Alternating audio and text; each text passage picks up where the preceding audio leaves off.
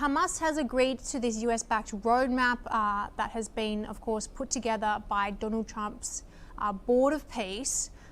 What's your initial reaction to these events? My reaction is that the Board of Peace is a somewhat farcical construct, but it may work in Gaza.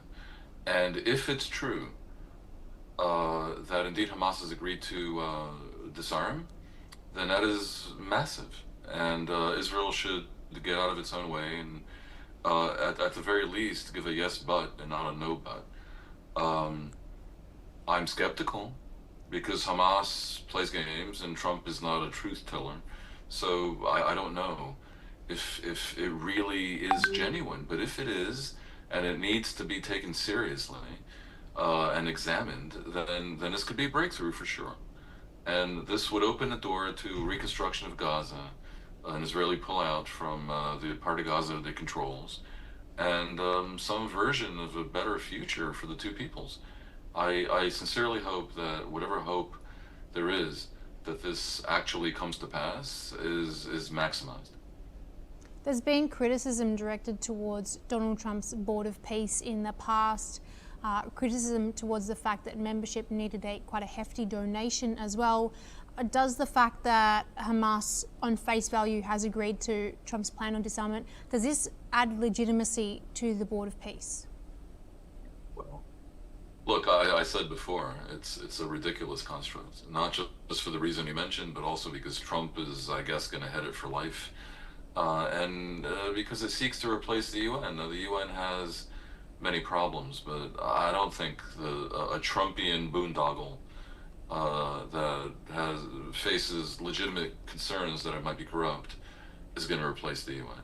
So the Board of Peace may be a one-off where its actual useful purpose in life is to resolve the disaster in Gaza.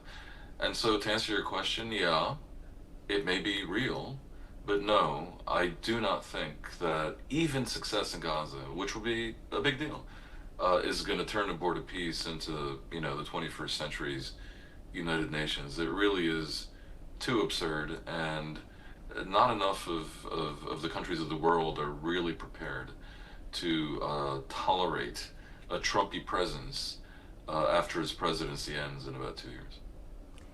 Speaking at a cabinet meeting, Trump said the United States must be very careful about committing advanced Patriot air defense systems to other countries, stressing the need to balance security commitments with America's own defense requirements.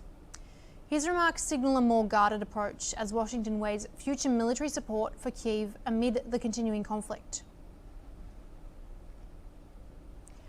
Coming back to you, Dan, thanks very much for staying with us. Fresh strikes between Russia and Ukraine, and also some diplomatic engagement that we are seeing between the Americans and the Ukrainians. Now, these Patriot missile systems, it did look like after the NATO meeting in Ankara that there would be some sort of agreement for supply of the Patriot missile system from the United States to Ukraine. But Donald Trump has very recently said in an interview that now he's not so sure. Where do you see Ukraine heading if they can't acquire these Patriot missiles that they really do need from the United States? That would clearly be very bad, and unfortunately in the global landscape of munitions and defense systems, there aren't a lot of replacements for the Patriot system, which is hugely successful. Conceivably, by the way, the Ukrainians could go to Israel, which has decent missile defense of its own. But Trump basically believes in saying whatever he says at the moment and having it not necessarily mean very much. Remember that Trump said the Iranian nuclear project had been obliterated a year ago, and now he attacked Iran again to obliterate it once more. Trump offered F-35s to Erdogan in Turkey, and then a few weeks later it emerged that wasn't real. Trump announced, his energy department did, nuclear collaboration with Saudi Arabia unconditionally, but then said in an interview that depended on Saudi Arabia normalizing with Israel. So Trump turns on a dime. I therefore don't know what to make of his latest statement, because he did say they would license Patriots to Ukraine. In principle, it sounds reasonable that the U.S. must be careful. In reality, the meta-narrative here is something quite different. Obviously, Trump basically is on Russia's side in this war that Russia has started, where Russia is the aggressor. And indeed, where Russia is, to my mind, a genocidal player. So that's sad. It's embarrassing. It continues. And it is yet another one of the reasons why most people of good faith in the world are basically counting the minutes to January 21, 2029, when Trump is replaced. Even if replaced by a Republican, at least the avalanche of nonsense will subside. Now, on that note, Dan, we are expecting to see an upcoming visit from Steve Witkoff and Jared Kushner, the special envoys from the Trump administration to Ukraine, very shortly. They have also been criticized in the past for their relations with Russia, the way they conduct relations and business with Russia. What do you think that this upcoming visit may signify for relations between Ukraine and the US, and does their closeness in conduct with Russia indicate to you anything about the possible strategy here from the Americans? Yeah, so you could look at this two different ways. One is, sure, they are Trump's trusted envoys in a very nepotistic manner. They're sort of family. And in the mafia-like comportment of the American administration right now, that means a lot. And so who knows? Maybe it's serious. On the other hand, both Witkoff and Kushner are not seasoned international diplomats. They have no real experience in negotiating the ends of wars. They are both implicated to the gills with potential and plausible potential suspicion that they are self-dealing. They have business interests in Russia. I'm not particularly optimistic, and I am using my words carefully. I would be surprised to see them do the right thing and support Ukraine and compel Russia to end the war on terms that are reasonable.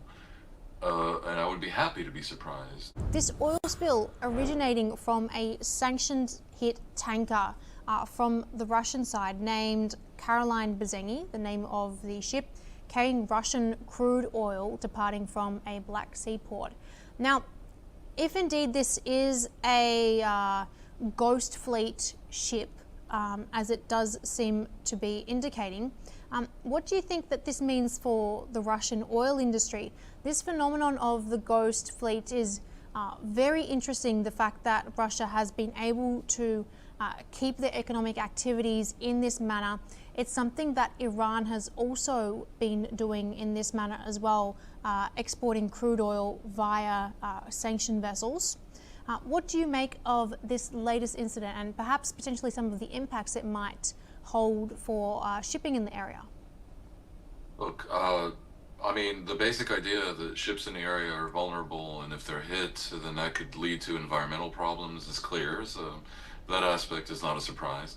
As for the fact that this is a Russian ship that is under sanctions, as indeed there are Iranian ghost fleets also under sanctions, I cannot tell who is behind the blast or what is the cause of it. I doubt that it really changes the reality that this phenomenon exists.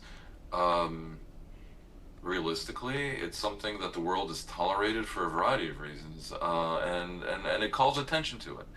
The fact that these ghost fleets exist probably needs to be examined as part of a post-bellum reassessment of maritime trade in general, which will be rather comprehensive. It will involve choke points. It will involve the idea of maritime sanctions in general.